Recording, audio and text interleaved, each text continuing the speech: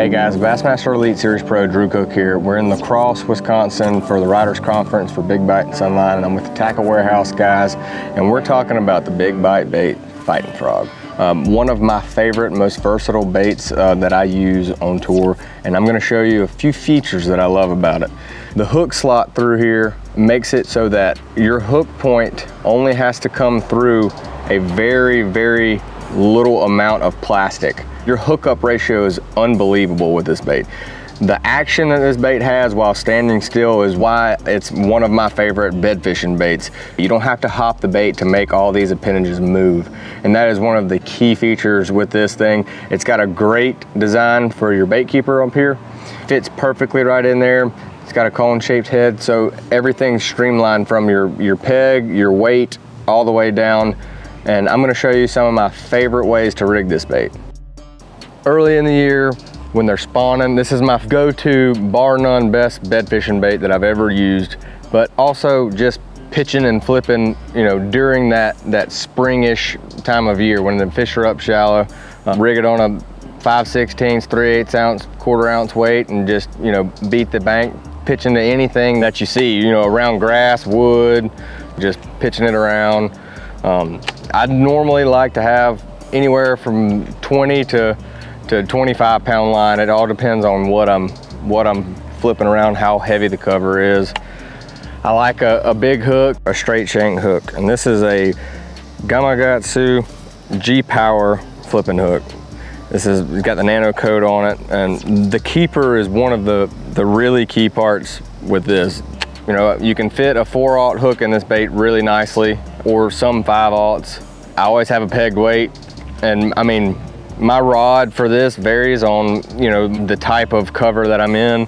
Anywhere from a 7.2 to a 7.6 medium heavy-ish rod will work. I prefer the 744, but just because it's the best of both worlds. It's long enough, but short enough.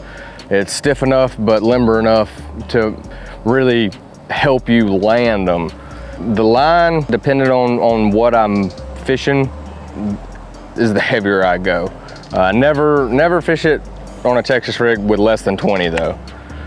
If I'm flipping it into like some really gnarly laydowns, then I'll bump up to that 25 pound, but you can't go wrong with 20. Like Sunline Shooter, a real abrasion resistant line is what I go to.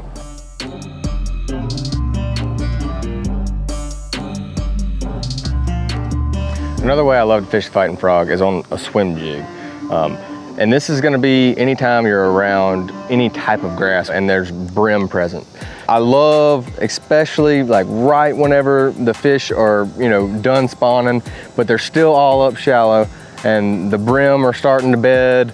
So like, you know, that May, you know, June, beginning of June time frame before they go offshore, and they're just gorging themselves up shallow. You get in some grass, kind of like this sparse grass that's on the edge of this stuff, and you know, you fish your swim jig through it and you catch big ones. This profile with the Fighting Frog, rigging it up and down like this, gives it the brim profile. It looks just like a brim, nothing, you know, like a shad, fat body, big tail. And with the swim jig, you know, think of it as a spinnerbait with 4-wheel drive, no blades. So you would throw it, you know, anywhere, anyhow. You can't really work a swim jig wrong, but whenever I'm rigging it like this, it's mostly a straight retrieve, no cracking. The only time that you would be moving your rod tip is, you know, coming over grass or coming through grass where you have to pop it out. So you would throw it out here in this grass and just reel it in. It's pretty simple.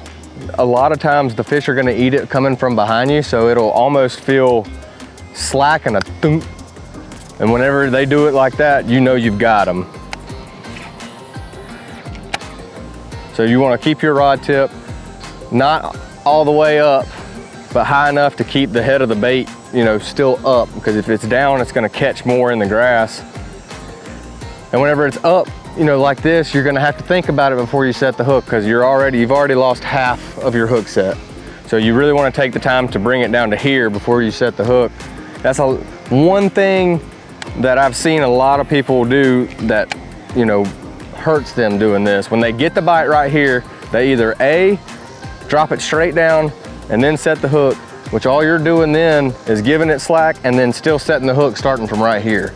You gotta reel all the way down to it. So that way there's no slack coming through there. You're actually pulling the whole way from here to here and not just pulling from here to there. So the jig I prefer is the Nichols Lures Sledgehammer Swim Jig. This one's in DB Sun Gill, but the thing I like about the Sledgehammer, it's got a beast of a hook in it. You will not bend it out. The head design was, designed for fishing in grass, and that's 9 times out of 10 what I'm doing with this. I throw it on a relatively fast reel. So this is gonna be a 8.5 to 1. I would say you really need at least a 7.1 to 1. Because just what I was talking about with taking up that slack, if you can do it in 4 turns instead of 6 turns, you're ahead of the game. Not so much actually reeling the bait in faster, but whenever one bites it, catching up faster and taking in line faster is what I prefer. You really want to make sure you have a decently heavy rod. I don't want to go too heavy. This one's a 734, so like a 7.3 medium heavy is what I like, just for casting accuracy and still have enough backbone in the back of it. Some people really like to go with that broomstick type rod, and that's just not me. The line I use for this is 50-pound Sunline FX braid. I think 50 is a great happy medium. It cuts the grass pretty good whenever you have one hooked, and that is more important than actual strength. So the diameter of it means more than how much it says it can hold. You can't break 50-pound no matter what, so if you could use 60, that's just a little bit bigger, you're not cutting grass as good as you would be with 50. Another one of my favorite ways is to punch the Fighting Frog. The tails on this as it goes through the mat can be really great. I really love to flip this thing into the thick stuff. Oh my God, dude, that would have been so cool. Oh, we're fixing to catch one coming down through here though. So whenever you're coming down here, you're gonna be flipping through. You want the bait to fall freely, but you don't want to lose contact with it. You want to make sure you feel a controlled slack line, if that makes any sense. You want to hit the points, and you want to hit anything that's irregular out through here. So it'd be thicker, a belly, a different type of grass that's through there. And whenever you get a bite, you got to set the hook and never stop. Never stop pulling until they're in the boat. So a proper hook set flipping, in my opinion, when you get the bite, I am not gonna have any slack in my line once again, and I am going to set the hook over the opposite shoulder. If you're using your rod like this, reel on this side, you would set the hook right over your left shoulder. For me, it's right over my right shoulder. It's not sideways and it's not straight up. But you want to have the hook set coming to where you're bringing the fish up, because it's going to create a hole whenever you bring the fish up and your line, is going through the grass. And whenever you set the hook, it's going to create a hole, and you want the fish to come through where your hole is. If you get the bite right now, that fish is swimming somewhere. He's either swimming right, swimming left, or swimming straight at you. If he's swimming straight at you, your line's going through the mat here, and then the fish is over here. When you set the hook right here, you're not actually getting anything into the fish. It's just coming through the grass, and you're just barely pulling the bait out of their mouth. So you want to set the hook, you want to get on them. Like whenever you get bit, you don't really want to wait. So that way you get straight connection from you to the fish to set the hook, and then you apply maximum pressure and get them in the boat. So a lot of times flipping, you'll see people that have a little bit of grass like this on their bait, and they'll take the time to take it off. What you're doing is you're wasting time. Whenever this bait goes through the mat, when it comes through the mat, that stays up above the mat. Your bait goes down with nothing on it. Whenever you pull it out, you get it back on there again. Being efficient and flipping is a major deal, especially when you're looking for a school of fish or a wad of fish underneath the grass bed. You want to be flipping every 6 foot, and you don't want anything to get in your way. When you get in a rhythm, you just keep going. So don't worry about the little bit of grass right there. Most times it's not going to go through the mat with the bait. And your bait's still going to look like this whenever it goes through the mat, and you pull it out, it's going to have that on it. Braided line is a must. I do use a fluorocarbon leader a lot, tie it with an FG knot, but it's big fluorocarbon. You know, I've got 60-pound Sunline FX2 braid, and then 25-pound shooter or F2C2. It's got to be big stuff because this stuff is really tough on everything. I've got a 5/0 Gamakatsu G-Power hook. You got to have a big hook. I mean, this is the flip punch hook. You've got to have something that's gonna handle the amount of strain you're gonna put on it. So your reel for this technique, you want a high gear ratio reel, and it's not for reeling the bass in. It's for reeling your bait up and getting your bait back out there, reeling your bait up, being efficient with it. You want something that has really good drag system, and you want to crank the drag all the way down. No drag.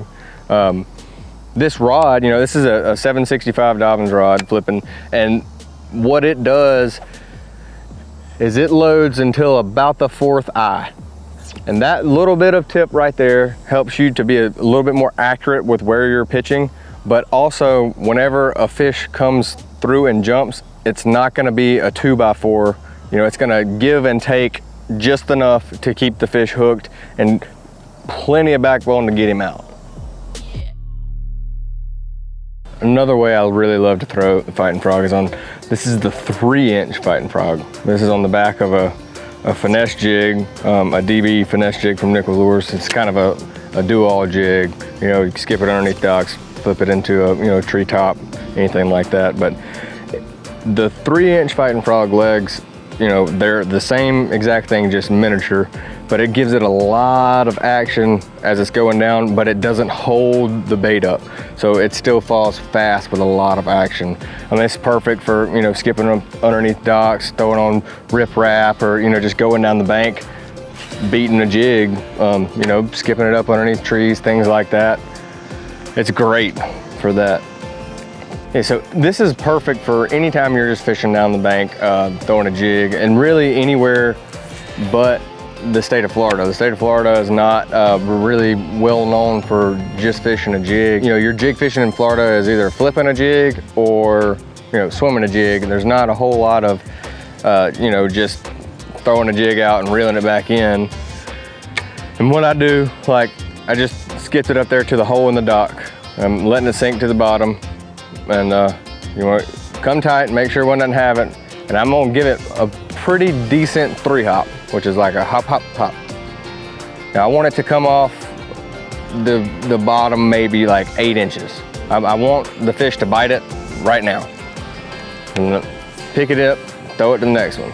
You know, and these are just high percentage areas on this dock. If I was throwing it, you know, against like a bluff end or something like that, I would do that all the way back, not just do it twice and pick it up and keep on moving. And so my rod for this, I use a 704 Dobyns rod, so that's a 7-foot medium heavy rod. You want something that's got a decent amount of tip to be able to make accurate casts, because you have inches to play with here. If you're off, then you know your bait doesn't go in somewhere, and you have to make that cast again. You're not being efficient. But it also has enough backbone to where when one's underneath that dock, you can get him out. Or if you make a long cast, like say I throw to that pole off that dock, or you know, I saw a brush pile up there in front of that dock, I make a long cast. When one bites it, I can still get the hook in the fish. So whenever I'm doing this, I'm using the shooter, the big 20-pound shooter, and the reason why is because it's easier to skip. And I use shooter for anything that I set the hook on. I use sniper for anything that I'm not setting the hook on. Crankbaits, jerkbaits, you know, traps, anything you're reeling. But anything I'm setting the hook on, I'm using the shooter. My reel, it's personal preference really. I always use at least a 7 1-to-1 gear ratio. You could probably go all the way to however high they make them now, 9, 5-to-1, whatever. Either way would work, because you're not reeling the fish in with your gear ratio. You're just reeling your bait in pretty much. Hey guys, just got done wrapping up Tackle Warehouse shoot on how I use the Fighting Frog from Big Bite. Make sure you're on the lookout for it so you can maybe learn something, put it in your tackle box for next year, and make sure that you're entered into the giveaway with AFCO, Sunline, Big Bite, Spro, and Gamakatsu on social media at the Tackle Warehouse.